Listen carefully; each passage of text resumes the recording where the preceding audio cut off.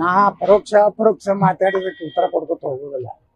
ಅವರು ಒಬ್ಬ ಕಾಂಗ್ರೆಸ್ನ ಶಾಸಕರದಾರ ಮತ್ತು ಮಂತ್ರಿ ಅದಾರ, ಅದು ಸಮರ್ಥನೆ ಮಾಡ್ಕೊಂತ ಅನಿವಾರ್ಯ ಇರ್ತದೆ. ಕೆಲವೊಮ್ಮೆ ಏನಾಗ್ತದೆ, ಆತ್ಮವಂಚನೆ ಮಾಡ್ಕೊಂಡು ನಾವು ಒಪ್ಬೇಕಾಗ್ತದೆ. ಈಗ ನಮ್ಮ ಬಿಜೆಪಿಗೆ ಅದಾರ, ಆತ್ಮವಂಚನೆ ಮಾಡ್ಕೊಂಡು ವಿಜೇಂದ್ರ ಬಪ್ಪ ಏನ್ ಮಾಡೋದು? ಹೈಕಮಾಂಡ್ಗೆ ಏನು ಅಲ್ಲಕ್ಕೆ ಬರುದಿಲ್ಲ. ನನಗೆ ಧೈರ್ಯಲ್ಲೇ ಮಾತಾಡೋ ತಾಕತ್ತಿಲ್ಲ. ಈ ಮನೆ ಎಲ್ಲ ಎಮ್ ಎಲ್ ಗಳು ಹೇಳ್ತಿದ್ರು, ನೀವು ಬಿಜೆಪಿಗೆ ಬರ್ಲಿಕ್ಕಂದ್ರೆ ನಮ್ಮ ಮನೆಯಾಗ ಇರ್ತೀರಿ ಮುಂದಿನ ಸಲ ಅಂತೇಳಿ. ಅದನ್ನೇ ಹೋಗಿ ಅಲ್ಲಿ ಹೇಳಿ ಹೊಸ ಅಧ್ಯಕ್ಷ ಬರೋದು, ರಾಷ್ಟ್ರೀಯ ಅಧ್ಯಕ್ಷ ಹೋಗಿ ಹೇಳ್ರಪ್ಪ, ಅಮಿತ್ ಶಾ ಅವ್ರಿಗೆ ಹೋಗಿ ಹೇಳ್ರಿ. ಹಾಗೆ ಎಂ ಬಿ ಪಾಲ್ರಿಗೆ ಹೇಳ್ಬೇಕಾಗ್ತದೆ. ಎಂ ಬಿ ಪಾಲ್ರು ಮುಖ್ಯಮಂತ್ರಿ ಸ್ಪರ್ಧಾ ಕಣದಲ್ಲಿ ಇದ್ದಾರೆ. ಅವರು ಅತ್ಯಂತ ಸಮರ್ಥವಾಗಿ ಅವ್ರ ಪಕ್ಷ ಮತ್ತು ಸರ್ಕಾರವನ್ನ ಸಮರ್ಥನೆ ಮಾಡ್ಕೊಂಡು ಅವ್ರ ಧರ್ಮ ಅವ್ರ ಕರ್ತವ್ಯ ಮಾಡಕತ್ತಾರೆ. ನಾನು ನನ್ನ ಧರ್ಮ ನಾ ಕರ್ತವ್ಯ ಮಾಡಕತ್ತೀನಿ. ಬಿಜೆಪಿ ಅವ್ರ ಧರ್ಮ ಇಲ್ಲ, ಕರ್ತವ್ಯ ಇಲ್ಲ. ಕರ್ನಾಟಕದವರು ವಿಜೇಂದ್ರ ಮಾತು ಕೇಳಿ ಮಕ್ಕೊಂಡಾರ ಮನೆ. ಈಗ ಅನೇಕ ಬಿಜೆಪಿ ಕಾರ್ಯಕರ್ತರು ಫೇಸ್ಬುಕ್ ಸಮಾಜ ಜಾಲತಾಣದಲ್ಲಿ ಕೂಡ ಪೋಸ್ಟ್ ಮಾಡ್ತಾರೆ, ಯತ್ನಾಳ್ ಅವರು ಬಿಜೆಪಿಗೆ ಹೊಸ ಪಕ್ಷ ಕಟ್ತಾ ಇದ್ದಾರೆ, ಪಕ್ಷ ಕಟ್ಟಬೇಕು, ಕಟ್ಟಿದ್ರೆ ಬಿಜೆಪಿ ಅವರೇ ಪರೋಕ್ಷವಾಗಿ ನಿಮ್ಗೆಲ್ಲ ಬೆಂಬಲ ಕೂಡ ನಿಂತಿದೆ ಕಾರ್ಯಕರ್ತರು. ನೋಡಿ, 90% ಬಿಜೆಪಿ ಒಳಗ ಇಂಥ ಲೀಡರ್ಗಳು ಬೇಕಾಗಿಲ್ಲ ಅವ್ರಿಗೆ. ಈ ಡಬಲ್ ಗೇಮ್ ಮಾಡೋದು, ಇವರಿಗೆ ವಿಧಾನಸಭೆ ಮಾತಾಡೋದೇ ಇಲ್ಲ ಅಂದಾಗ ನೀವು ಪಕ್ಷ ಹೆಂಗೆ ಕಟ್ತೀರಿ? ಅಟ್ಯಾಕೆ ಮಾಡೋದಿಲ್ಲ, ನೀವು ಅಂಜಿ ಸಾಯ್ತೀರಿ. ನಿಮ್ಮಿಂದ ಪಕ್ಷ ಹಂಗ. ಈಗ ನನಗೂ ಅವರು ಬೇಕಾದಷ್ಟು ನನ್ನ ಮಗನು ತೊಂದರೆ ಮಾಡ್ತಾರ. ನಮ್ಮ ಸಕ್ಕರೆ ಕಾರ್ಖಾನೆಗೆ ತೊಂದರೆ ಮಾಡಲಿಲ್ಲ, ಅದನ್ನು ಎದುರಿಸಿ ಸುಪ್ರೀಂ ಕೋರ್ಟ್ ಅವರಿಗೆ ಹೋರಾಟ ಮಾಡಿ ನಾನು ಪರ್ಮಿಷನ್ ತಂದೆ. ಅದಕ್ಕೆ ನೀವು ಬಿಜೆಪಿ ಒಳಗಿರೋರು ಒಂದು ಕುಟುಂಬಕ್ಕೆ ನೀವು ಬಿಜೆಪಿ ಕರ್ನಾಟಕ ಮಾರ್ಕೋಬೇಡ. ಸ್ವಾಭಿಮಾನದಿಂದ ಬರ್ರಿ. ಈಗ ಸ್ವಲ್ಪ ಸ್ವಾಭಿಮಾನದಿಂದ ಕೆಲವು ಮಂದಿ ಮಾತಾಡಕತ್ತಾರ. ಬಿಜೆಪಿ ಕಾರ್ಯಕರ್ತರು ಮಾತಾಡ್ತಾ ಇದ್ದಾರೆ. ಬಿಜೆಪಿ ಕಾರ್ಯಕರ್ತರು ಅವರು ಹಿಂದುತ್ವ ಇರುವಂತ ಕಾರ್ಯಕರ್ತರು, ಅವ್ರಿಗೆ ಬೇಕಾಗಿದ್ದು ಸಮಾನತೆ. ನಾವೇನು ಅನ್ಯ ಧರ್ಮೀಯರಿಗೆ ಅನ್ಯಾಯ ಮಾಡ್ಬೇಕು ಅನ್ನೋದಿಲ್ಲ. ನಮ್ಮ ಹೆಣ್ಮಕ್ಳಿಗೆ ತೊಂದರೆ ಮಾಡಿದಾಗ ನೀವೇನು ಮಕ್ಕೋತೀರಲ್ಲ, ಅದಕ್ಕೆ ಸರ್ಕಾರ ಹೋಯ್ತು.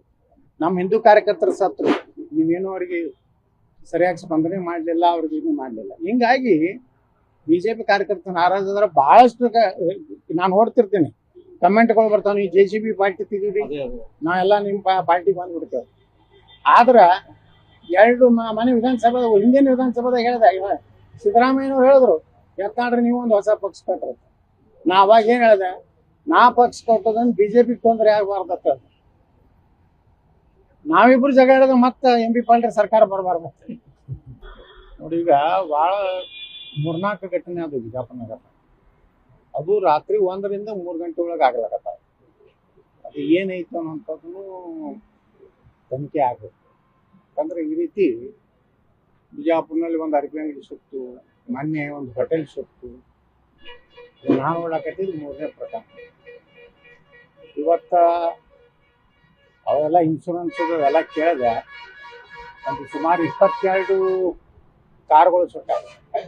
22 ಒಂದು 10 ಇನ್ಶೂರೆನ್ಸ್ ಇದೆ. ಇನ್ನು ಉಳ್ಕಿದ ಏನು ಮಾಡಿರ್ತಾರೆ, ಈ ಇನ್ಶೂರೆನ್ಸ್ ಥರ್ಡ್ ಪಾರ್ಟಿ ಅಂತೇಳಿ ಮಾಡ್ತಾರೆ. ಥರ್ಡ್ ಪಾರ್ಟಿ ಅಂದ್ರೆ ಯಾರು? ಯಾರಿಗಾದ್ರೂ ಅಪಘಾತ ಆದರೆ ಅವ್ರಿಗೆ ಪರಿಹಾರಕ್ಕೆ, ವಾಹನಕ್ಕಾಗಲಿ ಮಾಲಕ್ಕಾಗಲಿ ಯಾವುದೇ ಪರಿಹಾರ ಇರುತ್ತೆ. ಹಿಂಗೊಂದು ಇದು ಇರೋದ್ರಿಂದ ಅವ್ರಿಗೇನು ಇನ್ಶೂರೆನ್ಸ್ ಸಿಗುವಂತ ಯಾವುದೇ, ಮತ್ತು ಇವ್ರದ್ದು ಇನ್ಶೂರೆನ್ಸ್ ಮುಗಿದಾಗ ಅದೇ ಅಂಗಡಿದು ಇನ್ಶೂರೆನ್ಸ್ ಮುಗಿದಾಗ. ಆದ್ರೆ ಒಂದು ಮಾತ್ರ ಐತೆ ಅದ್ರೊಳಗ, ಅವರು ಸ್ಟೇಟ್ ಬ್ಯಾಂಕ್ ಆಫ್ ಇಂಡಿಯಾದಿಂದ ಅಲ್ಲಿ ಸಾಲ ತಗೊಂಡಾರ. ಯಾವಾಗಲೂ ಯಾವುದೇ ಬ್ಯಾಂಕರ್ಸು ಸಾಲ ಕೊಡ್ತಾರಲ್ಲ, ಅದು ವಾಹನ ಕೊಡ್ಲಿ ಅಂಗಡಿ ಕೊಡ್ಲಿ, ಇವ್ರು ಇನ್ಶೂರೆನ್ಸ್ ಮಾಡ್ಲಿಕ್ಕಂದ್ರು ಅವ್ರು ಪ್ರತಿ ವರ್ಷ ರಿನ್ಯೂವಲ್ ಡೇಟಿಗೆ ಅವ್ರು ಮಾಡಿಬಿಟ್ಟಿರ್ತಾರೆ. ಆಟೋಮೆಟಿಕ್ ಅವ್ರು ಮಾಡಿ ನಮ್ಮ ಖಾತೆಗೆ ಅವ್ರು ಖರ್ಚು ಹಾಕಿಬಿಟ್ಟಿರ್ತಾರೆ ಇನ್ಶೂರೆನ್ಸ್. ಅದು ಏನಾಗೈತೆ ಅದನ್ನ ನೋಡತ್ತಾ ಇದ್ದೀನಿ ನಾನು. ಇದೊಂದು ವಿಶೇಷ ಪ್ರಕರಣ. ಮುಖ್ಯಮಂತ್ರಿಗಳಿಗೆ ನಾನು ವಿನಂತಿ ಮಾಡ್ಕೊತೀನಿ, ಸಾಧ್ಯ ಆದಷ್ಟು ಒಂದು ಮಾನವೀಯ ದೃಷ್ಟಿಯಿಂದ ಪರಿಹಾರ ಕೊಡಲಿಕ್ಕೆ ನಮ್ಮ ಜಿಲ್ಲಾ ಉಸ್ತುವಾರಿ ಸಚಿವರಿಗೂ ಮಾತಾಡ್ತೀನಿ, ನಮ್ಮ ಮುಖ್ಯಮಂತ್ರಿಗಳಿಗೂ ಮಾತಾಡ್ತೀನಿ. ಅದೇ ರೀತಿ ವೈಯಕ್ತಿಕವಾಗಿ ನಾನು ಹೇಳಿನೂ ಒಂದು 5 ಲಕ್ಷ ರೂಪಾಯಿ ನಾವು ಕೊಡ್ತೀನಿ. ಇನ್ನೂ ಏನು ಸಹಾಯ ಮಾಡಬೇಕು, ಯಾಕಂದ್ರೆ ನಮ್ಮ ಮೋಟ್ರ್ ಮಾಲೀಕರೆಲ್ಲ ನಮ್ಮ ಸದಸ್ಯರಿದು ಗಾಡಿಗಳು ಇಲ್ಲೇ ಬರ್ತಾವೆ. ಎಲ್ಲರ ಅಭಿಪ್ರಾಯ ಒಳ್ಳೆಯದಿದೆ. ಪಾಪ ಭಾಳ ಕಷ್ಟದಿಂದ ಸಣ್ಣ ಒಂದು ಉದ್ಯೋಗ ಮಾಡ್ಕೊಂಡು ಇಲ್ಲಿವರೆಗೆ ಅಂದಾನ. ನಾವೆಲ್ಲ ಜವಾಬ್ದಾರಿ ಸಮಾಜದ್ದು, ಎಲ್ಲರೂ ಎತ್ತಿ ಹಿಡಿಬೇಕು. ಆ ರೀತಿ ಏನೇನು ಸಹಾಯ ಆಗ್ತದೆ ನನ್ನ ವೈಯಕ್ತಿಕ ಮತ್ತು ಸರ್ಕಾರ ನಾವು 100ಕ್ಕೆ 100 ಪ್ರಾಮಾಣಿಕ ಪ್ರಯತ್ನ ಮಾಡಿ ಕೊಡಿಸೋ ವ್ಯವಸ್ಥೆ ಮಾಡ್ತೀವಿ. ನಾ ಪರೋಕ್ಷ ಅಪರೋಕ್ಷ ಮಾತಾಡೋದಕ್ಕೆ ಉತ್ತರ ಕೊಡ್ಕೊತ ಹೋಗೋದಿಲ್ಲ. ಅವರು ಒಬ್ಬ ಕಾಂಗ್ರೆಸ್ಸಿನ ಶಾಸಕರದಾರ ಮತ್ತು ಮಂತ್ರಿ ಅದಾರ, ಅದು ಸಮರ್ಥನೆ ಮಾಡ್ಕೊಂತ ಅನಿವಾರ್ಯ ಇರ್ತದೆ. ಕೆಲವೊಮ್ಮೆ ಏನಾಗ್ತದೆ, ಆತ್ಮವಂಚನೆ ಮಾಡ್ಕೊಂಡು ನಾವು ಒಪ್ಬೇಕಾಗ್ತದೆ. ಈಗ ನಮ್ಮ ಬಿಜೆಪಿಯಾಗ ಅದಾರ, ಆತ್ಮವಂಚನೆ ಮಾಡ್ಕೊಂಡು ವಿಜೇಂದ್ರ ಬಪ್ಪ ಏನು ಮಾಡೋದು, ಹೈಕಮಾಂಡ್ಗೆ ಏನು ಅಲ್ಲಕ್ಕೆ ಬರುದಿಲ್ಲ. ನನಗೆ ಧೈರ್ಯಲ್ಲೇ ಮಾತಾಡೋದು ತಾಕತ್ತಿಲ್ಲ. ಈ ಮನೆ ಎಲ್ಲ MLA ಹೇಳ್ತಿದ್ರು, ನೀವು ಬಿಜೆಪಿಗೆ ಬರ್ಲಿಕ್ಕಂದ್ರೆ ನಮ್ಮನ್ನ ಮನೆಯಾಗ ಇರ್ತೀರಿ ಮುಂದಿನ ಸಲ ಅಂತೇಳಿ. ಅದನ್ನೇ ಹೋಗಿ ಅಲ್ಲಿ ಹೇಳಿ ಅಂತೇಳಿ, ಹೊಸ ಅಧ್ಯಕ್ಷ ಬರೋದು, ರಾಷ್ಟ್ರೀಯ ಅಧ್ಯಕ್ಷ ಹೋಗಿ ಹೇಳ್ರಪ್ಪ, ಅವ್ರಿಗೆ ಅಮಿತ್ ಶಾರ್ಗೆ ಹೋಗಿ ಹೇಳ್ರಿ. ಹಾಗೆ MB ಪಾಲ್ರಿಗೆ ಹೇಳ್ಬೇಕಾಗ್ತದೆ. MB ಪಾಲ್ರು ಮುಖ್ಯಮಂತ್ರಿ ಸ್ಪರ್ಧಾ ಕಣದಲ್ಲಿ ಇದ್ದಾರೆ. ಅವರು ಅತ್ಯಂತ ಸಮರ್ಥವಾಗಿ ಅವ್ರ ಪಕ್ಷ ಮತ್ತು ಸರ್ಕಾರವನ್ನ ಸಮರ್ಥನೆ ಮಾಡ್ಕೊಂಡು ಅವ್ರ ಧರ್ಮ ಅವ್ರು ಕರ್ತವ್ಯ ಮಾಡಕತ್ತಾರೆ. ನಾನು ನನ್ನ ಧರ್ಮ ನಾ ಕರ್ತವ್ಯ ಮಾಡಕತ್ತೀನಿ. ಬಿಜೆಪಿ ಅವ್ರ ಧರ್ಮ ಇಲ್ಲ, ಕರ್ತವ್ಯ ಇಲ್ಲ. ಕರ್ನಾಟಕದವರು ವಿಜೇಂದ್ರ ಮಾತು ಕೇಳಿ ಮಕ್ಕೊಂಡಾರ ಮನೆ. ಈಗ ಅನೇಕ ಬಿಜೆಪಿ ಕಾರ್ಯಕರ್ತರು ಫೇಸ್ಬುಕ್ ಸಮಾಜ ಜಾಲತಾಣದಲ್ಲಿ ಕೂಡ ಪೋಸ್ಟ್ ಮಾಡ್ತಾರೆ. ಯತ್ನಾಳ್ ಅವರು ಬಿಜೆಪಿಗೆ ಹೊಸ ಪಕ್ಷ ಕಟ್ತಾ ಇದ್ದಾರೆ, ಪಕ್ಷ ಕಟ್ಟಬೇಕು, ಕಟ್ಟಿದ್ರೆ ಬಿಜೆಪಿ ಅವರೇ ಪರೋಕ್ಷವಾಗಿ ನಿಮಗೆಲ್ಲ ಬೆಂಬಲ ಕೂಡ ಈಗ ನಿಂತಿದೆ ಕಾರ್ಯಕರ್ತರು. ನೋಡಿ, 90% ಬಿಜೆಪಿ ಒಳಗ ಇಂಥ ಲೀಡರ್ಗಳು ಬೇಕಾಗಿಲ್ಲ ಅವ್ರಿಗೆ. ಈ ಡಬಲ್ ಗೇಮ್ ಮಾಡೋದು, ಇವರಿಗೆ ವಿಧಾನಸಭೆ ಒಳಗೆ ಮಾತಾಡೋದು ಧೈರ್ಯ ಇಲ್ಲ ಅಂದಾಗ ನೀವು ಪಕ್ಷ ಹೆಂಗೆ ಕಟ್ತೀರಿ? ಅಟ್ಯಾಕೆ ಮಾಡೋದಿಲ್ಲ, ನೀವು ಅಂಜಿ ಸಾಯ್ತೀರಿ. ನಿಮ್ಮಿಂದ ಪಕ್ಷ ಹಂಗ. ಈಗ ನನಗೂ ಅವರು ಬೇಕಾದಷ್ಟು ನನ್ನ ಮಗನು ತೊಂದರೆ ಮಾಡ್ತಾರ. ನಮ್ಮ ಸಕ್ಕರೆ ಕಾರ್ಖಾನೆಗೆ ತೊಂದರೆ ಮಾಡಲಿಲ್ಲ, ಅದನ್ನು ಎದುರಿಸಿ ಸುಪ್ರೀಂ ಕೋರ್ಟ್ ಅವರಿಗೆ ಹೋರಾಟ ಮಾಡಿ ನಾನು ಪರ್ಮಿಷನ್ ತಂದೆ. ಅದಕ್ಕೆ ನೀವು ಬಿಜೆಪಿ ಒಳಗಿರೋರು ಒಂದು ಕುಟುಂಬಕ್ಕೆ ನೀವು ಬಿಜೆಪಿ ಕರ್ನಾಟಕ ಮಾರ್ಕೋಬೇಡ. ಸ್ವಾಭಿಮಾನದಿಂದ ಬರ್ರಿ. ಈಗ ಸ್ವಲ್ಪ ಸ್ವಾಭಿಮಾನದಿಂದ ಕೆಲವು ಮಂದಿ ಮಾತಾಡಕತ್ತಾರೆ. ಬಿಜೆಪಿ ಕಾರ್ಯಕರ್ತರು ಮಾತಾಡ್ತಾ ಇದ್ದಾರೆ. ಬಿಜೆಪಿ ಕಾರ್ಯಕರ್ತರು ಅವರು ಹಿಂದುತ್ವ ಇರುವಂತ ಕಾರ್ಯಕರ್ತರು, ಅವ್ರಿಗೆ ಬೇಕಾಗಿದ್ದು ಸಮಾನತೆ. ನಾವೇನು ಅನ್ಯ ಧರ್ಮೀಯರಿಗೆ ಅನ್ಯಾಯ ಮಾಡ್ಬೇಕು ಅನ್ನೋದಿಲ್ಲ. ನಮ್ಮ ಹೆಣ್ಮಕ್ಳಿಗೆ ತೊಂದರೆ ಮಾಡಿದಾಗ ನೀವೇನು ಮಕ್ಕೋತೀರಲ್ಲ, ಅದಕ್ಕೆ ಸರ್ಕಾರ ಹೋಯ್ತು. ನಮ್ಮ ಹಿಂದೂ ಕಾರ್ಯಕರ್ತರು ಸತ್ರು, ನೀವೇನು ಅವ್ರಿಗೆ ಸರಿಯಾಗಿ ಸ್ಪಂದನೆ ಮಾಡಲಿಲ್ಲ, ಅವ್ರಿಗೆ ಇದು ಮಾಡಲಿಲ್ಲ. ಹಿಂಗಾಗಿ ಬಿಜೆಪಿ ಕಾರ್ಯಕರ್ತರು ನಾರಾಜ್ ಆದ್ರೆ ಬಹಳಷ್ಟು ನಾನು ನೋಡ್ತಿರ್ತೀನಿ, ಕಮೆಂಟ್ಗಳು ಬರ್ತಾವೆ, ನೀವು JCB ಪಾರ್ಟಿ ತೆಗೀರಿ, ನಾವೆಲ್ಲ ನಿಮ್ಮ ಪಾರ್ಟಿಗೆ ಬಂದ್ಬಿಡ್ತೇವೆ. ಆದ್ರೆ ಎರಡು ಮನೆ ವಿಧಾನಸಭಾ ಹಿಂದಿನ ವಿಧಾನಸಭಾದಾಗ ಹೇಳಿದೆ, ಸಿದ್ದರಾಮಯ್ಯನವ್ರು ಹೇಳಿದ್ರು, ಯತ್ನಾಳ್ರಿ ನೀವು ಒಂದು ಹೊಸ ಪಕ್ಷ ಕಟ್ರಿ. ನಾ ಅವಾಗ ಏನು ಹೇಳಿದೆ, ನಾ ಪಕ್ಷ ಕಟ್ಟೋದನ್ನ ಬಿಜೆಪಿಗೆ ತೊಂದರೆ ಆಗಬಾರ್ದತ್ತ. ನಾವಿಬ್ರು ಜಗಳ ಮತ್ತೆ MB ಪಾಲ್ರೆ ಸರ್ಕಾರ ಬರಬಾರ್ದು.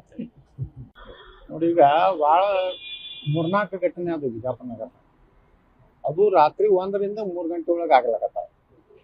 ಅದು ಏನೈತು ಅನ್ನೋಂಥದ್ದು ತನಿಖೆ ಆಗಬೇಕು. ಯಾಕಂದ್ರೆ ಈ ರೀತಿ ಬಿಜಾಪುರ್ನಲ್ಲಿ ಒಂದು ಅರಬಿ ಅಂಗಡಿ ಸುಟ್ಟು, ಮೊನ್ನೆ ಒಂದು ಹೋಟೆಲ್ ಸುಟ್ಟು, ನಾನು ನೋಡಕತ್ತಿದ್ದು 3ನೇ ಪ್ರಕರಣ.